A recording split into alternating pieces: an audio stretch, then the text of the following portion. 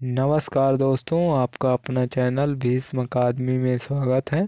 दोस्तों, जैसा कि हम व्याकरण से संबंधित आज हम कारक के प्रश्नों को लेकर आएंगे दोस्तों। इसके अलावा हम दोस्तों वचन और लिंग के भी प्रश्नों को इसी सेशन में समाप्त करेंगे। और दोस्तों, इससे पहले वाले वीडियो नहीं देखे हैं और यदि देखना चाहते हैं तो आप इसी सेशन के लास्ट में आपको प्लेलिस्ट का लिंक दिखाई देगा, उसमें क्लिक करके सभी वीडियो देख सकते हैं। दोस्तों, इसमें एक दो वीडियो नहीं है, इसमें लगभग ये सभी यूथ कंपटीशन बुक में संकलित प्रीवियस ईयर श्रृंखला से संबंधित वीडियो हैं और इसमें लगभग 95-96 वीडियो बन चुके हैं। और यदि देखना चाहते हैं तो आप देख सकते हैं। और यदि ये वीडियो पसंद आए आपको तो लाइक और शेयर ज़रूर करें। और यदि चैनल पर नए हैं तो भीष्म अकादमी चैनल को सब्सक्राइब कर लें, जिससे आने वाले नेक्स्ट सेशन का नोटिफिकेशन आपको सबसे पहले मिल सके। और दोस्तों, ये सभी प्रश्न यूथ कंपटीशन बुक में संकलित प्रीवियस ईयर प्रश्नों की श्रृंखला है, जो कि ये टॉपिक सभी एग्जामों में आने वाले प्रश्न हैं और आगामी आने वाली परीक्षाओं में भी ये प्रश्न पूछे जाएंगे। और इसमें दोस्तों हम केवल प्रश्न ही नहीं पढ़ रहे हैं, इनकी व्याख्या सहित इनको पढ़ रहे हैं। और यदि आप कोई भी तैयारी कर रहे हैं तो इनको देखिए और इनसे आपको प्रश्न ज़रूर मिलेंगे। और चाहे इसमें टीचर अध्यापक लेवल का हो या फोर्स किसी भी एग्ज़ाम में जिसमें हिंदी व्याकरण आता है तो आप उसके लिए ये टॉपिक के प्रश्न पढ़ सकते हैं। और दोस्तों, एक बार हम आपसे फिर से रिक्वेस्ट करेंगे कि यदि सेशन अच्छा लगे तो लाइक और शेयर ज़रूर करें और चैनल पर नए हैं तो सब्सक्राइब कर लें। और हमारे सभी वीडियो देखना चाहते हैं तो इसी सेशन के लास्ट में आपको प्लेलिस्ट का लिंक दिखाई देगा, उसमें क्लिक करके हमारे सभी वीडियो देख सकते हैं। तो चलिए देर न करते हुए सेशन की शुरुआत करते हैं। प्रश्न है 221। कोई व्यक्ति या वस्तु जिस आधार से अलग होती है या दूर जाती है उस आधार में कौन सा कारक प्रयुक्त होता है? तो उसमें होता है अपादान कारक। अलग होना अपादान कारक होता है, तो इसका उत्तर विकल्प बी सही है। और ये यूपी टीजीटी 2021 में आया हुआ प्रश्न है। अगला प्रश्न, चलिए इसकी व्याख्या भी देख लेते हैं। व्याख्या है कोई व्यक्ति या वस्तु जिस आधार से अलग होती है या दूर जाती है उस आधार में अपादान कारक होता है। अपादान का अर्थ है अलग होना, और इस प्रकार जहाँ अलगाव हो वहाँ ध्रुव या स्थिर में अपादान कारक होता है। करण कारक की भांति अपादान कारक का चिन्ह भी से है, परंतु करण कारक से का अर्थ है सहायता के अर्थ में लिया जाता है, जबकि अपादान कारक से का अर्थ अलगाव प्रकट करने के अर्थ में लिया जाता है। तो उदाहरण देखते हैं। घुड़सवार घोड़े से गिरता है और पेड़ से पत्ता गिरता है, ये आदि उदाहरण ये अपादान कारक के हैं। तो यहाँ घुड़सवार गिर रहा है किंतु घोड़ा स्थिर है, अतः घोड़े में अपादान कारक का चिन्ह प्रयोग हुआ। और इसके बारे में और दिया हुआ, संज्ञा या सर्वनाम के जिस रूप से वाक्य के अन्य शब्दों के साथ उसके संबंध का बोध हो उसे कारक कहते हैं। हिंदी में 8 कारक होते हैं। अब देखते हैं कारक और उनके चिन्ह और उनके अर्थ। कर्ता कारक का चिन्ह है ने और इसका अर्थ है काम करने वाला। और कर्म का चिन्ह है को, और जिस पर काम का प्रभाव पड़े कर्म में। करण इसके चिन्ह है से द्वारा, और इसका अर्थ है जिसके द्वारा कर्ता काम करे। संप्रदान के चिन्ह है को के लिए, और इसका अर्थ है जिसके लिए क्रिया की जाए। और अपादान से अलग होना, अपादान का चिन्ह है से, जो कि से का अर्थ है अलग होना, जिससे अलगाव हो। और संबंध काकी के नानी ने रारी रे अन्य पदों से संबंध ये स्थापित करते हैं। और अधिकरण में पर और इसका अर्थ है क्रिया का आधार। संबोधन हे अरे, किसी को पुकारना बुलाना आदि ये संबोधन होता है। अगला प्रश्न है मैं तुमसे टेलीफोन पर बात करूंगा। इस वाक्य में टेलीफोन पर किस कारक में प्रयुक्त हुआ है? तो इसमें प्रयुक्त हुआ है करण कारक। करण कारक ये भी यूपी पीजीटी 2021 में आया हुआ प्रश्न है। तो इसका उत्तर है करण कारक। और इसकी व्याख्या देखते हैं। मैं तुमसे टेलीफोन पर बात करूंगा, करण कारक है। और करण कारक करण का क्रिया का साधन या उपकरण है। कर्ता कार्य संपन्न करने के लिए उपकरण या साधन का प्रयोग करता है, उसे करण कारक कहते हैं। जैसे मैं कलम से लिखता हूँ। और अधिकरण कारक जो क्रिया के आधार पर स्थान, समय, अवसर आदि का बोध कराए, अधिकरण कारक होता है। अधिकरण कारक का चिन्ह है में पर होता है। जैसे वो घोड़े पर बैठा है, वह घोड़े पर बैठा है। और संबंध कारक के बारे में, जहाँ दो पदों का पारस्परिक संबंध बताया जाए। जैसे मोहन के साथ गीता बाजार गई, राम श्याम का चाचा है।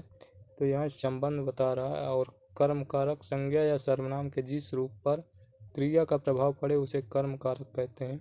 राम ने श्याम को मारा, यहाँ कर्म कारक है। अगला प्रश्न है 223। एक वाक्य में अपादान कारक का प्रयोग हुआ है, तो वह है। तो इसमें अपादान कारक का प्रयोग हुआ है लड़का बाजार से लौटा। यहाँ अलगाव हो रहा है, तो इसका उत्तर विकल्प डी सही है। और इसकी व्याख्या देखते हैं। लड़का बाजार से लौटा वाक्य में अपादान कारक है। अपादान कारक संज्ञा के जिस रूप से किसी वस्तु के अलग होने का भाव प्रकट होता है, उसे अपादान कारक कहते हैं। अपादान का चिन्ह से अलगाव की स्थिति। और सत्संग से बुद्धि सुधरती है, ये करण कारक है।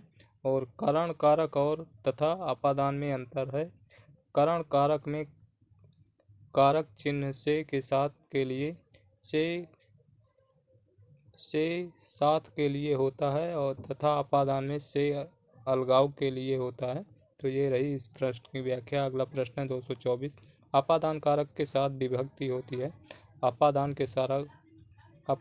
कारक के साथ विभक्ति होती है पंचमी, विकल्प डी सही है। और अगला प्रश्न है 225। निम्नलिखित वाक्यों में से एक में करण कारक के विभक्ति चिन्ह का प्रयोग हुआ है, तो वो वाक्य है। तो यहाँ विकल्प ए में लड़का दर्द के मारे छटपटाता रहा, इसका उत्तर विकल्प ए सही है। और इसकी व्याख्या देखते हैं। लड़का दर्द के मारे छटपटा रहा है वाक्य में करण कारक के विभक्ति चिन्ह का प्रयोग हुआ है। और पहला में भोजन के निमित्त पधारिए, ये संबंध कारक है। और दूसरा है सिंह वन में या गुफा में रहते हैं, ये अधिकरण कारक है। और सरकार गरीबों के वास्ते कई योजनाएं चला रही है, ये संप्रदान कारक है। अगला प्रश्न 226। निम्नलिखित वाक्यों में से एक कारक के विभक्ति चिन्ह का प्रयोग हुआ है, तो इनमें से कौन है? इनमें से पैरों से चलना प्राणों से चलना जीवन, समुदाय से चलना समाज, देश और काल से चलना इतिहास कहलाता है। इसमें करण कारक के विभक्ति चिन्ह का प्रयोग हुआ, इसका उत्तर विकल्प ए सही है। अगला प्रश्न है 227। मानक हिंदी व्याकरण में कारक वो व्याकरण कोटि है जो संज्ञा या सर्वनाम पद का क्रियापद से संबंध व्यक्त करती है, इसका उत्तर विकल्प डी सही है। और इसकी व्याख्या देखते हैं। मानक हिंदी व्याकरण में कारक का व्याकरण कोटि है जो संज्ञा या सर्वनाम पद का क्रियापद से संबंध व्यक्त करती। हिंदी में कारक 8 प्रकार के होते हैं तथा उनके परसर्ग चिन्ह इस प्रकार हैं, जो भी पहले भी देख चुके हैं। तो चलिए अगला प्रश्न देखते हैं। प्रश्न है 228। निम्नलिखित वाक्यों में से अपादान परसर्ग से युक्त वाक्य है, तो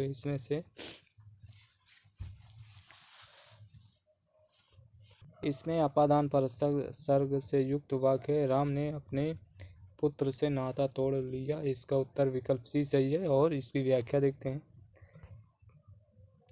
वाक्यों में राम ने अपने पुत्र से नाता तोड़ लिया, यह वाक्य अपादान परसर्ग से युक्त है। जबकि हम कान से सुनते हैं रावण के बाण से रावण राम के बाण से मारा गया।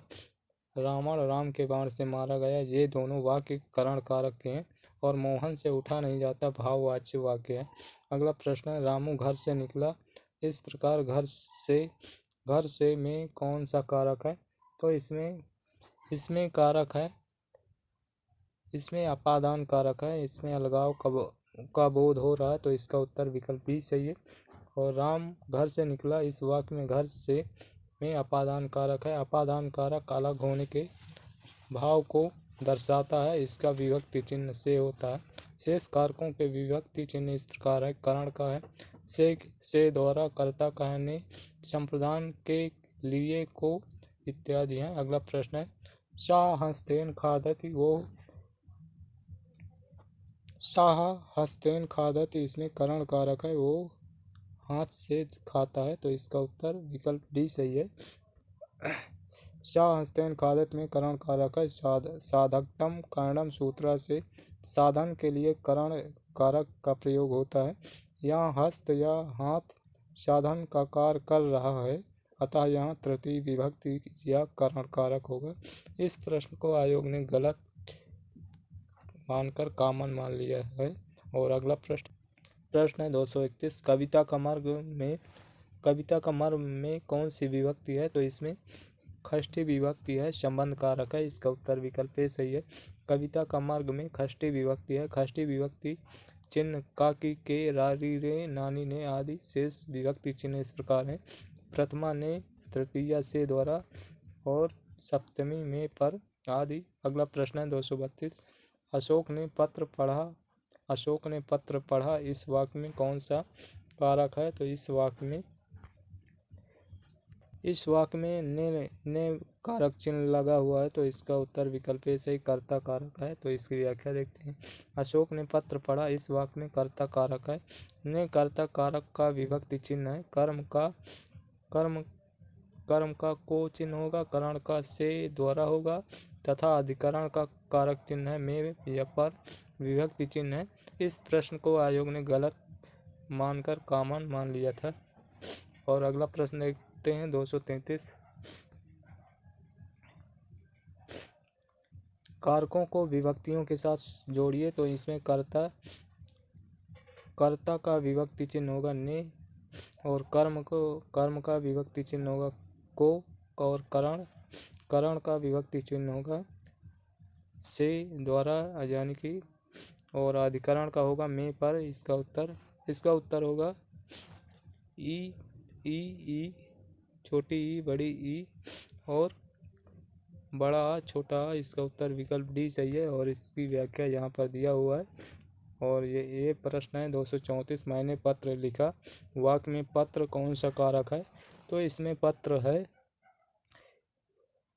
है कर्म कारक, विकल्प सी सही है।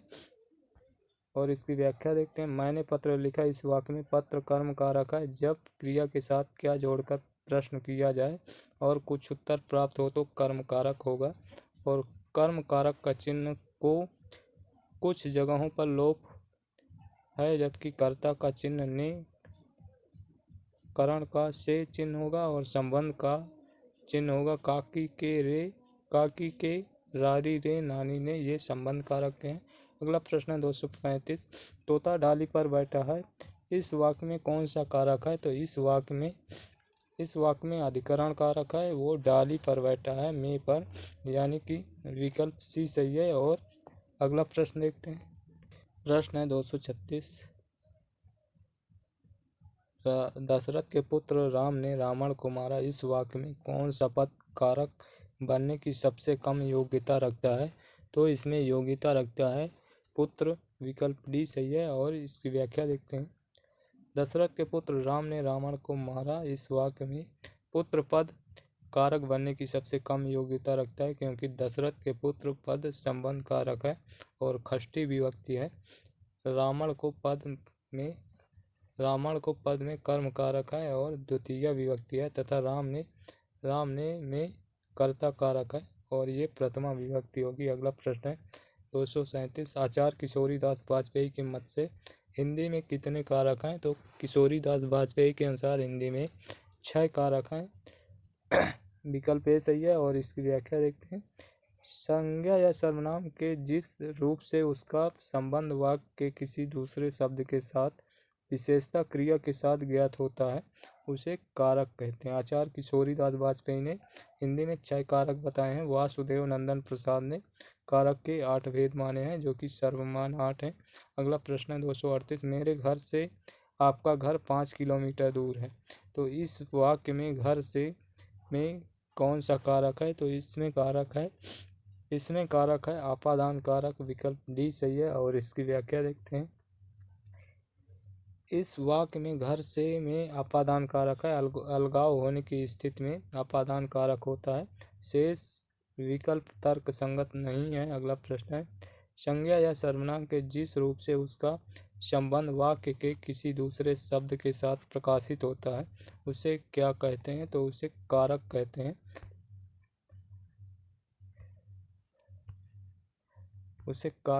संज्ञा या सर्वनाम के जिस रूप से उसका संबंध वाक्य के किसी दूसरे शब्द के साथ प्रकाशित होता है उसे कारक कहते हैं। 240 को किस कारक की विभक्ति है? निम्नलिखित में से सही विकल्प का चयन कीजिए। तो को कर्म की विभक्ति चिन्ह है। विकल्प डी सही है। को कर्म की विभक्ति चिन्ह है, जबकि का, की, के, रारी, रे, नानी, ने ये सब संबंध कारक की विभक्ति हैं। से अलगाव अर्थ में आपादान कारक की विभक्ति चिन्ह है और ने कर्ता कारक किया। अगला प्रश्न है 241। रेखांकित पद का कारक पहचान कर सही विकल्प चुनिए। तो उसने अपने मित्र को 2 पुस्तकें दे दी। तो इसमें संप्रदान कारक है। विकल्प डी सही है। विकल्प डी सही है क्योंकि उसने पुस्तकें दे दी। तो इसका उत्तर विकल्प डी सही है और इसकी व्याख्या देखते हैं। उसने अपने मित्र को 2 पुस्तकें दी वाक्य में संप्रदान कारक है। जहाँ पर किसी को कुछ दिया जाता है वहाँ को विभक्ति संप्रदान का प्रयोग होता है, अतः इस वाक्य में संप्रदान कारक है। शेष विकल्प संगत नहीं है। अगला प्रश्न 242। उसने टेढ़ी चाल चली वाक्य में कौन सा कारक है? नीचे दिए गए विकल्पों में से सही विकल्प की पहचान कीजिए। तो इसमें कर्ता कारक है। विकल्प डी सही है और इसकी व्याख्या देखते हैं। उसने टेढ़ी चाल चली वाक्य में कर्ता कारक है। कर्ता कारक का चिन्ह ने है। काकी, के, रारी, रे संबंध कारक का चिन्ह है, जबकि को कर्म कारक का चिन्ह है तथा में पर अधिकरण कारक का चिन्ह या परसर्ग है। अगला प्रश्न 243। ने किस कारक की विभक्ति है? तो सही विकल्प चुनिए। तो ये ने कर्ता कारक की विभक्ति चिन्ह है। विकल्प सी सही है और इसकी व्याख्या ने कर्ता कारक की विभक्ति है। अन्य कारक तथा विभक्ति इस प्रकार है। हिंदी में कारक 8 भेद होते हैं। तो ये कारक और विभक्ति चिन्ह कर्ता का चिन्ह ने, कर्म का को, करण से द्वारा संप्रदान को के लिए, आपादान से अलगाव अर्थ में संबंध काकी, के, रारी, रे, नानी, ने और अधिकरण में पर संबोधन हे, अरे, अहो ये सभी 8 प्रकार है। प्रश्न 244। मेरी लड़की कौन है वाक्य में कौन सा कारक है? नीचे दिए गए विकल्पों में से सही विकल्प की पहचान कीजिए। तो इसमें उत्तर होगा ये संबंध कारक है। विकल्प ए सही है। विकल्प ए सही है और इसकी व्याख्या देखते हैं। मेरी लड़की कौन है वाक्य में संबंध कारक है। संबंध कारक का विभक्ति चिन्ह है काकी, के, रा, रे होता है। और 245 कारक के भेद हैं। कारक के भेद 8 हैं। विकल्प डी सही है। प्रश्न अगला, संज्ञाओं के साथ आने वाली विभक्तियों को क्या कहा जाता है? तो संज्ञाओं के साथ आने वाली विभक्तियों को विश्लिष्ट कहा जाता है और जो संज्ञा से अलग होती है उसे संश्लिष्ट कहा जाता है। इसका उत्तर विकल्प बी सही है और इसकी व्याख्या। हिंदी में 2 तरह की विभक्तियाँ होती हैं, विश्लिष्ट, संश्लिष्ट। संज्ञाओं के साथ आने वाली विभक्तियाँ विश्लिष्ट होती हैं अर्थात पृथक रहती हैं। जैसे श्याम ने वृक्ष पर, लड़कों को, लड़कियों के लिए आदि विभक्तिवाची शब्द संज्ञा से अलग हैं। जबकि सर्वनाम के साथ आने वाली विभक्तियाँ संश्लिष्ट होती है। संश्लिष्ट का अर्थ है किसी से या किसी में मिला हुआ युक्त। प्रश्न है अगला 247, उसने उसे छल से पराजित किया। इसमें छल से में कौन सा कारक है? तो इसमें छल से में करण कारक है, विकल्प बी सही है। और इसकी व्याख्या देखते हैं। उसने छल से पराजित किया, छल से में करण कारक है। करण का अर्थ होता है साधन या माध्यम, अतः क्रिया के करने या अथवा होने के साधन या माध्यम वाले संज्ञा या सर्वनाम पद करण कारक कहलाते हैं। और इसका प्रसर्ग से तथा के द्वारा होता है। अगला प्रश्न है 248, वह कार मेरी है, इस वाक्य में कौन सा कारक है? तो इस वाक्य में वह कार मेरी है, तो इस वाक्य में संबंध कारक है, विकल्प बी सही है। और इसकी व्याख्या देखते हैं। वह कार मेरी है, इस वाक्य में संबंध कारक है, क्योंकि यहाँ कार तथा व्यक्ति के बीच संबंध है। और कारक देखते हैं। कारक चिन्ह, कर्ता ने कर्म को करण से के द्वारा संतान को के लिए अपादान से संबंध का के की रा री रे आदि अधिकरण में पर संबोधन हे अरे अजी अहो ये सभी हैं। प्रश्न 249, उससे अच्छे तो आप हैं, तो इसका उत्तर अपादान होगा, क्योंकि इसमें तुलना हो रही भयभीत और डर ये सभी भाव आए तो वहाँ पर अपादान होता है। इसका उत्तर विकल्प बी सही है। और इसकी व्याख्या देखते हैं। वाक्य में उससे तुलना आपसे की गई है, अतः उससे अपादान कारक होगा। अपेक्षाते पंचमी, तुलना में जिससे श्रेष्ठ बताया जाए उसमें पंचमी विभक्ति होती है। जैसे धनात् विद्या गरीयसे, धन से विद्या महान है। और जब दो व्यक्तियों में तुलना की जाती है तो वहाँ पंचमी विभक्ति होती है। परंतु जब बहुत से व्यक्तियों में किसी एक को श्रेष्ठ बताया जाता है तो वहाँ सप्तमी होती है। जैसे कविषु कालिदासा श्रेष्ठा, कवियों में कालिदास श्रेष्ठ है, तो इसमें बहुत से लोगों में कालिदास श्रेष्ठ है, तो इसका उत्तर इसमें दोस्तों सप्तमी विभक्ति है। और अगला प्रश्न है 250, कर्म कारक की विभक्ति है, तो कर्म कारक की विभक्ति है को, और पर है अधिकरण कारक की, कर्ता की ने है, और करण से, तो इसका उत्तर विकल्प सी सही है। और अगला प्रश्न देखते हैं। प्रश्न है 251, करण कारक किस वाक्य में है? तो करण कारक वो कलम से लिखता है, यानी कि साधन है कलम, तो इसका उत्तर विकल्प बी सही है। वो कलम से लिखता है, तो इसका उत्तर विकल्प बी सही है। वो कलम से लिखता वाक्य में करण कारक है। उक्त वाक्य में करण कारक की विभक्ति से का प्रयोग किया गया है तथा लिखने का कार्य कलम से हो रहा है, अतः जिस वाक्य में किसी साधन की सहायता से कोई कार्य होता है वहाँ करण कारक होता है। अगला प्रश्न है 252, अपादान कारक किस वाक्य में? तो अपादान कारक है वृक्ष से पत्ते गिरते हैं, विकल्प ए। यहाँ अलगाव का बोध हो रहा है, तो इसका उत्तर विकल्प ए सही है। वृक्ष से पत्ते गिरते हैं। अपादान कारक धोबी को धुलने के लिए कपड़े दो, ये कर्म कारक है। उसकी गाय सुंदर है, इसमें संबंध कारक है। वो फल खाता है, इसमें कर्म कारक है। प्रश्न है 253, क्रिया का आधार सूचित करने वाला कारक है, तो क्रिया का आधार सूचित करने वाला कारक है, तो इसमें अधिकरण कारक है, विकल्प सी सही है। और इसकी व्याख्या देखते हैं।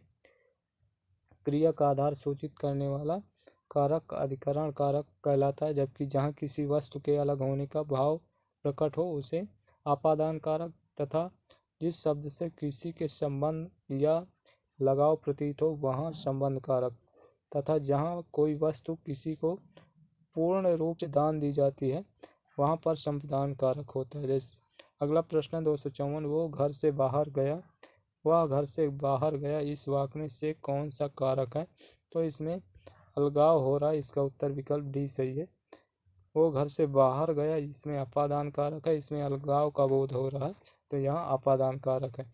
और दोस्तों अलगाव के अलावा कारण, तुलना, भिन्नता, आरंभ, सीमा आदि में भी अपादान कारक होता है। एक बार फिर से देखते हैं। अलगाव के अलावा कारण, तुलना, भिन्नता, आरंभ, सीमा आदि में भी अपादान कारक होता है। संज्ञा के जिस रूप से किसी वस्तु के अलग होने का भाव प्रकट होता है उसे अपादान कारक कहते हैं। जैसे हिमालय से गंगा निकलती है, यहाँ हिमालय से गंगा अलग हो रही तो इसमें अपादान कारक है। अगला प्रश्न दोस्तों, हमने कारक के प्रश्नों को पढ़ चुके हैं और हम इसी में अब लिंग के प्रश्नों को भी पढ़ेंगे। तो चलिए देखते हैं लिंग के प्रश्न। 255 लिंग की दृष्टि से एक वाक्य शुद्ध है, तो इसमें शुद्ध वाक्य है दही खट्टा है, दही खट्टा है। दोस्तों ये दही पुल्लिंग है, तो इसका उत्तर विकल्प बी सही है। और इसकी व्याख्या देखते हैं। लिंग की दृष्टि से दही खट्टा है वाक्य शुद्ध है। दही पुल्लिंग शब्द है। कुछ शब्द स्त्रीलिंग तो दिखते हैं परंतु वास्तव में वह पुल्लिंग होते हैं, जैसे दही, पानी, घी, हाथी, गुस्सा, मजा आदि ये पुल्लिंग शब्द हैं। एक बार फिर से देखते हैं। दही, पानी, घी, हाथी, गुस्सा, मजा आदि ये पुल्लिंग शब्द होते हैं। अगला फैक्ट है चाय फीका है, वाक्य अशुद्ध है। चाय फीकी है, ये शुद्ध होगा क्योंकि चाय स्त्रीलिंग शब्द है, अतः शुद्ध वाक्य होगा चाय फीकी है, तो यहाँ दिया हुआ है। अगला प्रश्न है दोस्तों, अगला फैक्ट है मिश्री मीठी होती है, शुद्ध वाक्य है। और अगला फैक्ट है चांदी स्त्रीलिंग है तथा सोना पुल्लिंग होता है। चांदी स्त्रीलिंग है तथा सोना पुल्लिंग है। अगला प्रश्न है 256 निम्नलिखित में स्त्रीलिंग शब्द है, तो निम्नलिखित में स्त्रीलिंग शब्द है तो शराब अच्छी होती है, तो इसमें विकल्प डी सही है। विकल्प डी सही, गुलाब अच्छा है, हिसाब हो गया, जवाब मिल गया। तो यहाँ शराब अच्छी है, तो यहाँ मिल रहा है, विकल्प डी सही है। तो स्त्रीलिंग का बोध हो रहा है शराब में, तो विकल्प। दोस्तों इसमें लिंग के बारे में यदि आप इसमें वाक्य बनाकर देखेंगे तो इसमें पता चल जाएगा कि स्त्रीलिंग है या पुल्लिंग। तो शराब खराब होती है या कुछ भी बना लो, तो यहाँ आपको उत्तर मिल जाएगा कि यह स्त्रीलिंग है। तो चलिए देखते हैं। उपर्युक्त विकल्पों में शराब शब्द स्त्रीलिंग है, अन्य सभी विकल्प जवाब, हिसाब, गुलाब पुल्लिंग शब्द के उदाहरण है। अगला प्रश्न है 257 निम्नलिखित में से कौन सा स्त्रीलिंग नहीं है, तो इसमें स्त्रीलिंग नहीं है तो यानी कि पुल्लिंग बताना है। तो इसमें पुल्लिंग सेतु विकल्प सी सही है, ये पुल्लिंग है। और इसकी व्याख्या देखते हैं। प्रस्तुत शब्दों में सेतु शब्द स्त्रीलिंग नहीं यानी पुल्लिंग है। उकारांत संज्ञाएं जैसे वायु, रेणु, रज्जु, आयु, मृत्यु इत्यादि सदैव स्त्रीलिंग होते हैं। एक बार फिर से देख लेते हैं। वायु, रेणु, रज्जु, आयु, मृत्यु इत्यादि सदैव स्त्रीलिंग होते हैं।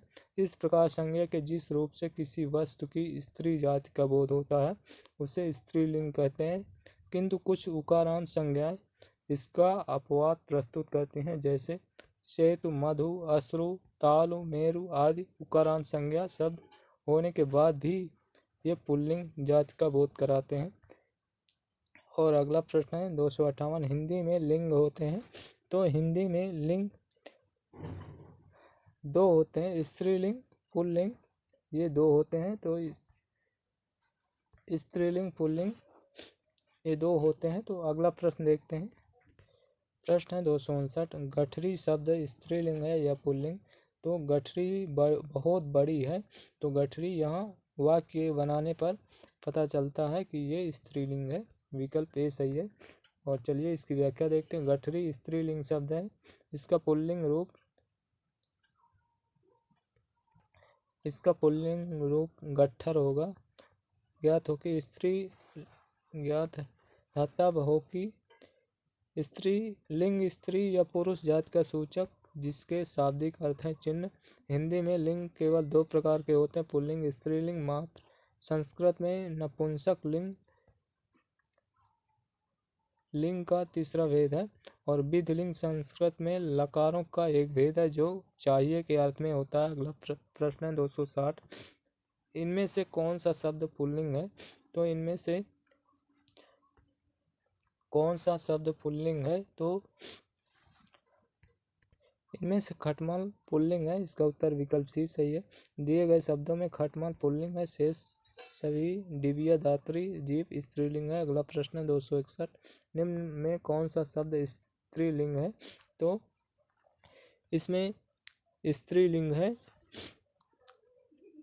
विकल्प ए सही है। आशा स्त्रीलिंग है, आशा स्त्रीलिंग है, जबकि प्रश्न सुख मुख पुल्लिंग है। प्रश्न है 262, निम्नलिखित में से कौन सा पुल्लिंग है? तो इसमें पुल्लिंग है, अध्याय बहुत बड़ा है, ये पुल्लिंग है। इसके अलावा घटना, सुंदरता, नम्रता ये सभी स्त्रीलिंग है। और अगला प्रश्न है 263, निम्नलिखित में से कौन सा शब्द स्त्रीलिंग है? तो इसमें स्त्रीलिंग है, इच्छा होती है, तो विकल्प सी सही है। इच्छा ये स्त्रीलिंग है, इसके अलावा सभी पुल्लिंग है। और अगला प्रश्न है, निम्नलिखित में से कौन सा शब्द स्त्रीलिंग है? तो इनमें से अभिलाषा, विकल्प सी सही है, ये स्त्रीलिंग है। और ग्रंथ, क्रोध, लोभ ये सभी पुल्लिंग शब्द हैं। अगला प्रश्न है, कौन सा शब्द पुल्लिंग है? तो इनमें से ताला शब्द पुल्लिंग है, और माला, बेल, सैया ये सभी स्त्रीलिंग है। इसका उत्तर विकल्प ए सही है, ताला पुल्लिंग है। और इसमें 266 नंबर प्रश्न में कौन सा शब्द स्त्रीलिंग है? तो इनमें से कौन सा शब्द स्त्रीलिंग है? प्रश्न 266 में इनमें से पुस्तक ये स्त्रीलिंग शब्द है, और घर, मुनि, चाकू ये सभी पुल्लिंग है। घर अच्छा है, चाकू बहुत बड़ा है, इस प्रकार वाक्य बनाने से पता चल जाता है कि स्त्रीलिंग है या पुल्लिंग है। तो इसका उत्तर विकल्प ए सही है। और इसकी व्याख्या देखते हैं। दिए गए शब्दों में पुस्तक स्त्रीलिंग शब्द है, मुनि, घर, चाकू आदि पुल्लिंग है। अन्य स्त्रीलिंग शब्द दासी, नटी, पुत्री आदि ये सभी स्त्रीलिंग है। अगला प्रश्न, निम्नलिखित में से कौन सा शब्द पुल्लिंग है? 267 नंबर प्रश्न, गुण ये पुल्लिंग है, इसके अलावा सभी स्त्रीलिंग है। और प्रश्न है 268, निम्नलिखित शब्दों में पुल्लिंग का चयन कीजिए। तो इनमें पुल्लिंग है, मोती पुल्लिंग है, विकल्प डी सही है। और रात, मूर्खता, सांस ये सभी स्त्रीलिंग है। और अगला प्रश्न है 269, ऊँट शब्द का स्त्रीलिंग होगा? तो ऊँट शब्द का स्त्रीलिंग होगा ऊँटनी, विकल्प बी सही है, विकल्प बी सही है, ऊँट शब्द का स्त्रीलिंग ऊँटनी होगा। और प्रश्न है 270, निम्नलिखित में से स्त्रीलिंग शब्द को चुनिए। तो स्त्रीलिंग शब्द होगा संध्या, विकल्प बी सही है। और इसकी व्याख्या दिया हुआ है, संध्या स्त्रीलिंग है। और इसके अलावा धुआं, भत्ता, धावा ये सभी पुल्लिंग है। प्रश्न 271, इनमें से पुल्लिंग शब्द कौन सा है? तो इनमें से पुल्लिंग शब्द होगा बुढ़ापा पुल्लिंग है, और दया, निर्धनता, दुर्घटना ये सभी स्त्रीलिंग है। और अगला प्रश्न देखते हैं 272, निम्नलिखित शब्दों में से पुल्लिंग शब्द का चयन कीजिए। तो इनमें से पुल्लिंग शब्द का चयन, प्रश्न नंबर 272 में पुल्लिंग शब्द का चयन, इसमें सूची, पत्र ये पुल्लिंग होगा। इसके अलावा गंगा, किताब, संसद ये सभी स्त्रीलिंग है। और अगला प्रश्न है 273, निम्नलिखित में से कौन शब्द स्त्रीलिंग नहीं है? तो स्त्रीलिंग नहीं है, तो ध्यान दीजिए नहीं, तो इसमें पुल्लिंग पूछ रहा है, तो इसमें पुल्लिंग शब्द होगा पानी, विकल्प ए सही है, पानी पुल्लिंग है। और इसकी व्याख्या देखते, पानी पुल्लिंग शब्द है, जैसे पानी ठंडा है, वाक्य बनाने पर पता चल जाता है कि ये पुल्लिंग है। इसके अतिरिक्त कहानी, रानी, मानी स्त्रीलिंग है, इनका प्रयोग स्त्रीलिंग रूप में होता है। प्रश्न 274, निम्नांकित में पुल्लिंग शब्द कौन सा है? तो पुल्लिंग शब्द, इनमें से पुल्लिंग शब्द मजा आ गया, इसका उत्तर विकल्प ए सही है। और मजा पुल्लिंग शब्द है, जबकि दिए गए विकल्पों में सजा, कजा, रजा स्त्रीलिंग शब्द है। प्रश्न है 275, निम्न में से कौन सा शब्द स्त्रीलिंग है? तो इनमें से स्त्रीलिंग अरहर अच्छी है, विकल्प बी सही है। और इसका उत्तर विकल्प बी सही, अरहर स्त्रीलिंग शब्द है, शेष सभी पुल्लिंग है। अनाजों के नाम पुल्लिंग होते हैं किंतु ज्वार, अरहर, मकई, मूंग आदि इसके अपवाद हैं और ये स्त्रीलिंग शब्द हैं। अगला प्रश्न है 276, निम्नलिखित में से कौन सा शब्द पुल्लिंग है? तो इसमें व्यय पुल्लिंग है, विकल्प बी सही है और इसकी व्याख्या देखते हैं। व्यय शब्द पुल्लिंग है। हिंदी भाषा में लिंगों की संख्या 2 है। इस पुल्लिंग स्त्रीलिंग जिससे पुरुष जाति का बोध होता है वह पुल्लिंग होता है और जिससे स्त्री जाति का बोध होता है वो स्त्रीलिंग होता है। लिंग संस्कृत भाषा का शब्द है। संस्कृत में लिंगों की संख्या 3 होती है, पुल्लिंग, स्त्रीलिंग, नपुंसक लिंग। और नपुंसक लिंग हिंदी में नहीं होता है। अगला प्रश्न है, निम्नलिखित में से कौन सा शब्द स्त्रीलिंग नहीं है? तो स्त्रीलिंग नहीं है यानी कि पुल्लिंग नहीं यहाँ दिया हुआ है तो पुल्लिंग देखना है। तो यहाँ पर निराला ये पुल्लिंग है, इसका उत्तर विकल्प डी से। निराला पुल्लिंग शब्द है, जबकि इच्छा, झुरमुट, अंत्येष्टि ये सब स्त्रीलिंग शब्द हैं। अगला प्रश्न है 278, निम्नलिखित में पुल्लिंग शब्द है? तो इनमें से पुल्लिंग शब्द है सारस, विकल्प सी सही है और इसकी व्याख्या देखते हैं।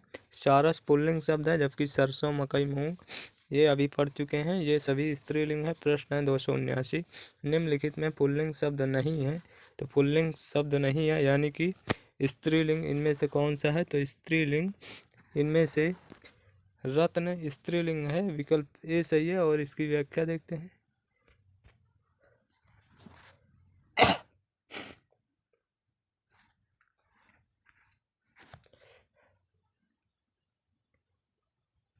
सॉरी दोस्तों, इसमें नकल, इसका उत्तर नकल होगा, विकल्प सी सही है और इसकी व्याख्या रत्न, बचपन, मोती सब पुल्लिंग के रूप में प्रयुक्त होते हैं जबकि नकल स्त्रीलिंग के रूप में होता है। और अगला प्रश्न 280, निम्नलिखित में से किस एक का लिंग परिवर्तन हिंदी भाषा में प्रचलित नहीं है? तो इनमें से वो कोयल है, विकल्प सी है। इसका परिवर्तन हिंदी भाषा में प्रचलित नहीं है तो इसकी व्याख्या देखते हैं। कोयल का लिंग परिवर्तन हिंदी भाषा में प्रचलित नहीं है। निम्न शब्दों के स्त्रीलिंग इस प्रकार है। यहाँ पुल्लिंग है, यहाँ स्त्रीलिंग। चाचा का स्त्रीलिंग होगा चाची, भैंसा का भैंस होगा और भाई का बहन होगा स्त्रीलिंग। कोयल का कोयल ही रहेगा, इसका परिवर्तन नहीं होगा। अगला प्रश्न है 281, निम्नलिखित में से कौन सा शब्द स्त्रीलिंग नहीं है? तो इनमें से दिन पुल्लिंग है, विकल्प डी सही है। ये स्त्रीलिंग नहीं है, इसका उत्तर विकल्प डी सही है और इसकी व्याख्या देखते हैं। दिन पुल्लिंग है। इसके अलावा अन्य शब्द सुबह, दोपहर, सांझ इत्यादि ये सभी स्त्रीलिंग शब्द हैं। और अगला प्रश्न है 282, कवि का स्त्रीलिंग है? तो कवि का स्त्रीलिंग होगा ये कवित्री, विकल्प सी सही है और इसकी व्याख्या देखते हैं। पुल्लिंग शब्द कवि का स्त्रीलिंग कवित्री होगा। शेष तीनों विकल्प वर्तनी की दृष्टि से अशुद्ध हैं। अगला प्रश्न है ऋषि का स्त्रीलिंग होगा? तो ऋषि का स्त्रीलिंग ऋषिका होगा, विकल्प सी सही है। और अगला प्रश्न देखते हैं 284, लिंग की दृष्टि से दही क्या है? तो दही एक पुल्लिंग शब्द है, विकल्प बी सही है। दही पुल्लिंग शब्द है और दही पुल्लिंग शब्द है। हिंदी में 2 लिंग होते हैं, पुल्लिंग, स्त्रीलिंग, ये सभी आप पढ़ चुके हैं। जबकि संस्कृत में 3 लिंग होते हैं, पुल्लिंग, स्त्रीलिंग, नपुंसक लिंग। हिंदी में दही, मोती, पानी आदि जड़ द्रव्यवाचक संज्ञाएं सदैव पुल्लिंग में लिखी जाती हैं। प्रश्न है 285, निम्नलिखित में से कौन सा स्त्रीलिंग है? तो इनमें स्त्रीलिंग मृत्यु है, विकल्प सी सही है और दिए गए विकल्पों में मृत्यु स्त्रीलिंग है। शेष शब्द उत्साह, चक्रव्यूह, संकल्प ये सभी पुल्लिंग है। और अगला प्रश्न है 286, क्रिया के किस रूप में कर्ता के अनुसार लिंग परिवर्तन नहीं होता है? तो वो है अज्ञार्थक रूप में कर्ता के अनुसार लिंग परिवर्तन नहीं होता तो इसका उत्तर विकल्प डी सही है। और इसकी व्याख्या देखते हैं। क्रिया के अज्ञार्थक रूप में कर्ता के अनुसार लिंग परिवर्तन नहीं होता जबकि क्रिया के रूप में आज्ञा, प्रार्थना, इच्छा आदि का बोध हो तो इसे अज्ञार्थक क्रिया के रूप में जाना जाता है। प्रश्न है 287, ठाकुर शब्द का स्त्रीलिंग क्या होगा? तो ठाकुर शब्द का स्त्रीलिंग होगा ठकुरानी, ठाकुर शब्द का स्त्रीलिंग होगा ठकुरानी और इसकी व्याख्या देखते हैं। ठाकुर शब्द स्त्रीलिंग ठकुरानी होगा। यहाँ आनी स्त्रीलिंग प्रत्यय जोड़कर पुल्लिंग को स्त्रीलिंग बनाया गया, जबकि डॉक्टर हरदेव बाहरी की पुस्तक हिंदी शब्द अर्थ प्रयोग में पृष्ठ संख्या 73 पर ठाकुर का स्त्रीलिंग ठाकुराइन दिया गया है। अगला प्रश्न है, निम्नलिखित शब्दों में नपुंसक लिंग का चयन कीजिए। तो इनमें नपुंसक लिंग का विकल्प सी सही है। कलत्र ये नपुंसक लिंग है, कलत नपुंसक लिंग है, जबकि दारा पुल्लिंग है तथा स्त्रीलिंग और पत्नी स्त्रीलिंग शब्द है। प्रश्न 289, निम्नलिखित शब्दों में पुल्लिंग का चयन कीजिए। तो पुल्लिंग का चयन दिए गए शब्दों में दारा पुल्लिंग है, विकल्प सी सही है। और इसकी व्याख्या देखते हैं। दिए गए विकल्पों में दारा पुल्लिंग है, जबकि हवा, कोयल, शिक्षा आदि स्त्रीलिंग शब्द है। लिंग संस्कृत भाषा का शब्द है। लिंग का शाब्दिक अर्थ है स्त्री पुरुष सूचक चिन्ह। स्त्री जात का बोध कराने वाले शब्द स्त्रीलिंग कहलाते हैं और पुरुष जात का बोध कराने वाले शब्द पुल्लिंग कहलाते हैं। इसी तरह हिंदी भाषा में लिंग के दो भेद होते हैं, स्त्रीलिंग, पुल्लिंग। और प्रश्न है 290, आप प्राणीवाचक शब्दों के लिंग निर्णय का आधार है। तो आप प्राणीवाचक शब्दों के लिंग निर्णय का आधार है तो इनमें से उनके साथ प्रयुक्त क्रिया, उनके साथ प्रयुक्त विशेषण। इसका उत्तर विकल्प डी सही है। ए और बी दोनों सही है। आप प्राणीवाचक शब्दों के लिंग निर्णय का आधार उनके साथ प्रयुक्त क्रिया, उनके साथ प्रयुक्त विशेषण, अतः विकल्प ए बी दोनों उत्तर सही हैं। प्रश्न 291, कौन सा शब्द पुल्लिंग नहीं है, यानी कि कौन सा शब्द स्त्रीलिंग है। तो इसमें विकल्प ए सही है। विकल्प ए बनावट ये स्त्रीलिंग है, इसका उत्तर विकल्प ए सही है। बनावट स्त्रीलिंग शब्द है, जैसे दरवाजे की बनावट अच्छी है। अन्य स्त्रीलिंग शब्द सजावट, लिखावट, मुस्कुराहट। शेष वैकल्पिक शब्द पुल्लिंग है। अगला प्रश्न है 292, निम्नलिखित में से इकारांत संज्ञा स्त्रीलिंग नहीं है। तो इनमें से स्त्रीलिंग इकारांत संज्ञा नहीं है। पहिया ये स्त्रीलिंग नहीं है, इसका उत्तर विकल्प डी सही है। ये पुल्लिंग है। पहिया इकारांत संज्ञा स्त्रीलिंग नहीं है। पहिया आकारांत पुल्लिंग शब्द, जबकि नदी टोपी उदासी इकारांत संज्ञा स्त्रीलिंग शब्द है। अगला प्रश्न है 293, निम्नलिखित में से कौन सा शब्द स्त्रीलिंग है। तो इनमें से कौन सा शब्द स्त्रीलिंग है। तो इनमें से नकेल ये स्त्रीलिंग है, नकेल स्त्रीलिंग है। और अगला प्रश्न है, नकेल स्त्रीलिंग है, जबकि हाथी, मोती, पानी ये सभी पुल्लिंग है। प्रश्न है 294, निम्नलिखित में से कौन सा शब्द पुल्लिंग है। तो इनमें से माधुर्य ये पुल्लिंग है, विकल्प डी सही है। माधुर्य पुल्लिंग है। और इसकी व्याख्या देखते हैं। शब्द और उनके लिंग, लगन ये स्त्रीलिंग है, मीमांस स्त्रीलिंग है, आहट स्त्रीलिंग है, जबकि माधुर्य पुल्लिंग है। प्रश्न है 295, निम्नलिखित शब्दों में एक स्त्रीलिंग है, तो वो कौन सा है। तो इनमें से छाछ ये स्त्रीलिंग है, विकल्प डी सही है। और इसकी व्याख्या देखते हैं। छाछ शब्द स्त्रीलिंग है।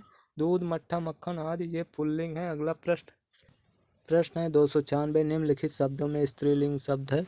तो इनमें से स्त्रीलिंग शब्द है, स्त्रीलिंग शब्द टकसाल है, विकल्प ए सही। और घर, दाग, खीरा आदि ये पुल्लिंग शब्द है। और अगला प्रश्न है 297, निम्नलिखित युग्मों में से एक लिंग की दृष्टि से शुद्ध है। तो इनमें से लिंग की दृष्टि से सुलोचन और सुलोचना ये दोनों शुद्ध है। तो इसका उत्तर विकल्प डी सही है। और इसकी व्याख्या देखते हैं। सुलोचन का सुलोचना लिंग दृष्टि से शुद्ध युग्म है। और सम्राट का यहाँ सम्राज्ञी होगा, वीर का वीरांगना होगा, गोप का गोपी होगा, ये इस प्रकार शुद्ध है। अगला प्रश्न है, निम्नलिखित में कौन कथन सत्य नहीं है। तो इनमें से कौन शुद्ध नहीं है। तो इनमें से संस्कृत में हिंदी की तरह दो लिंग होते हैं, तो संस्कृत में 3 लिंग होते हैं। तो इसका उत्तर प्रश्न के अनुसार इसका उत्तर विकल्प डी सही है। और अगला प्रश्न है 299, निम्नलिखित शब्दों में एक स्त्रीलिंग है। इनमें स्त्रीलिंग है, तो डोर स्त्रीलिंग है, विकल्प ए सही है। और इसकी व्याख्या देखते हैं। इनमें डोर स्त्रीलिंग है, जबकि रस्सा, सूत, धागा आदि ये सभी पुल्लिंग है। प्रश्न 300वां, निम्नलिखित शब्दों में एक पुल्लिंग है। तो इनमें से एक पुल्लिंग है, तो इनमें से दही पुल्लिंग है, विकल्प डी सही है। और इसकी व्याख्या देखते हैं। दही पुल्लिंग है, जबकि चाय, शिकंजी, लस्सी आदि ये स्त्रीलिंग है। प्रश्न 301 दिए गए विकल्पों में से ज्ञानवती का पुल्लिंग शब्द छांटिए। तो ज्ञानवती का पुल्लिंग शब्द होगा, तो ज्ञानवती का पुल्लिंग शब्द ज्ञानवान होगा। इसका उत्तर विकल्प बी सही है। और अगला प्रश्न देखते हैं। प्रश्न 302 युवा शब्द का लिंग परिवर्तित करने के लिए निम्नलिखित विकल्पों में से सही शब्द है। तो इनमें से सही शब्द युवा का युवती स्त्रीलिंग होगा। युवा शब्द का लिंग परिवर्तन करने के लिए सही शब्द युवती है, और यहाँ युवा शब्द पुल्लिंग है, इसका स्त्रीलिंग शब्द युवती होगा। अगला प्रश्न 303 निम्नलिखित में से कौन सा शब्द जो सदैव स्त्रीलिंग से प्रयुक्त होता है। तो इनमें से है मकड़ी, ये सदैव स्त्रीलिंग में होता है, और इसका उत्तर विकल्प सी सही है। और इसकी व्याख्या देखते हैं। मकड़ी शब्द सदैव स्त्रीलिंग में प्रयुक्त होता है। कुछ प्राणीवाचक शब्द सदैव स्त्रीलिंग में प्रयुक्त होते हैं, जैसे तितली, दीमक, मकड़ी, मक्खी, मैना, मछली, गिलहरी, ये सभी स्त्रीलिंग होते हैं। और आप देखते हैं वचन के प्रश्नों को। वचन, तो प्रश्न है 304 वचन की दृष्टि से एक वाक्य शुद्ध है। तो इनमें से कौन सा वाक्य शुद्ध है। तो चिड़िया उड़ गई, चिड़िया उड़ गई, विकल्प डी सही है, ये शुद्ध है। बहुवचन की दृष्टि से एक वाक्य शुद्ध है, चिड़िया उड़ गई। जिन स्त्रीलिंग संज्ञाओं के अंत में या आता है उनमें या के ऊपर चंद्र बिंदु लगाने से बहुवचन बनता है। तो इसकी एक वचन और उनका बहुवचन डिविया, डिबिया का डिबिया हो जाएगा, चिड़िया का चिड़िया हो जाएगा, गुड़िया का गुड़िया हो जाएगा। और अगला प्रश्न है 305 किस वाक्य में एक वचन का प्रयोग हुआ है। तो इनमें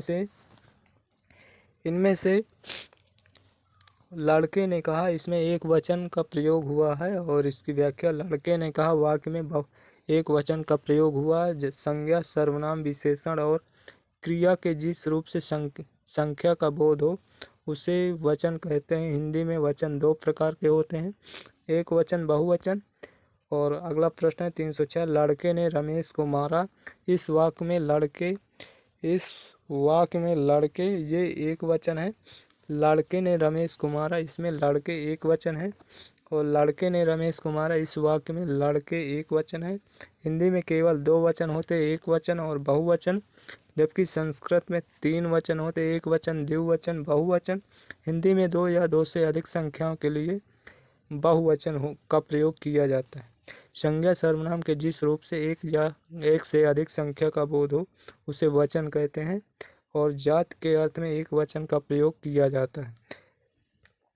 प्रश्न है 307 भेड़ चर रही है।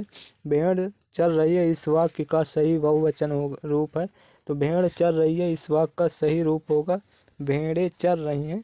तो इसका बहुवचन रूप होगा विकल्प ए, भेड़ें चर रही हैं। इसका उत्तर विकल्प ए सही है। भेड़ चर रही वाक्य का बहुवचन भेड़ें चर रही हैं होगा। अगला प्रश्न है 308 इनमें से कौन सा शब्द सदैव बहुवचन में प्रयुक्त होता है।